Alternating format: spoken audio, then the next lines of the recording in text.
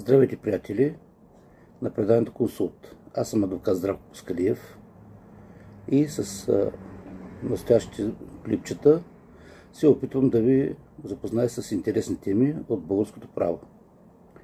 Ако вие имате въпроси, които да попитате, моля, намерете ме на телефоните, които ще бъдат изписани по време на клипчето, както и в YouTube и в Facebook с никнейма адвокат Здравко Паскалиев. Днес ще се занимавам с една интересна тема, която за съжаление няма да може да ви помогне много, поне следващите 8-9 години. А темата е за абсолютната погасителна давност. Какво означава абсолютна погасителна давност? Означаваше, че тези от вас, които имат изпълнителни дела, щяха да се освободят от задълженията си. Говоря за тези изпълнителни дела, които се влачат вече десетилетия. Говоря не години, не за петилетка, за десетилетия. Тази погасителна давност е уредена в член 112 от Закона за задълженията и договорите.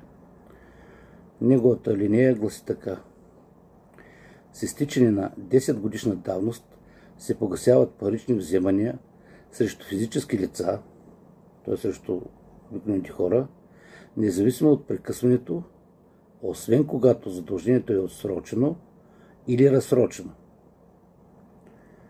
По принцип това е чудесен член. Много от вас щяха да се освободят от задълженията си.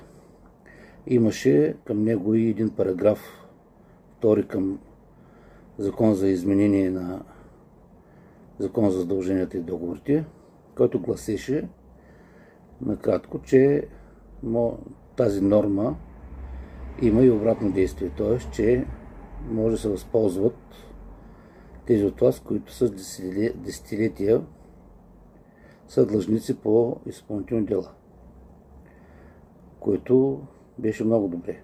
Но всичко хубаво в България, как да го кажа, се разваля от определени кръгове. Сега няма да казвам кои са тези кръгове. Всеки, който живее в България, е имал достъп до тези кръгове, които са в повече случаи кредитори на физическите лица, т.е. на вас, гражданите. Да.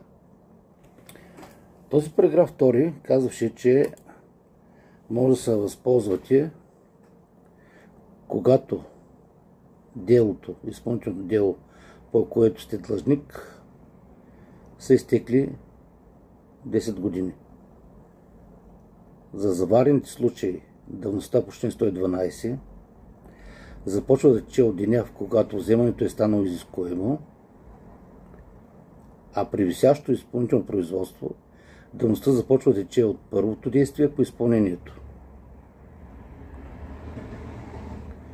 А когато такова не е образувано, т.е. изпълнително дело, от деня на влизането на акта, т.е. на решението или заповедта за изпълнение, с което е признато вземането. Тоест, бъдете 10 години назад и имате абсолютна давност. Но, както казах, определени кръгове атакуваха този параграф номер 2 пред Конституционния съд и Конституционният съд каза: не, по този начин се нарушават правата на кредиторите. И с твоето решение номер 4 от 2021 година той обяви тази норма на параграф 2 за противоконституционна, т.е. тя не се прилага. Т.е. накратко, първият, който ще може да се възползва от параграф, т.е. от член 112, ще може да се възползва на 2.6.2021 е прието, т.е. на 2.6.2031 година. Така че за сега абсолютна давност в България де-факто няма введена.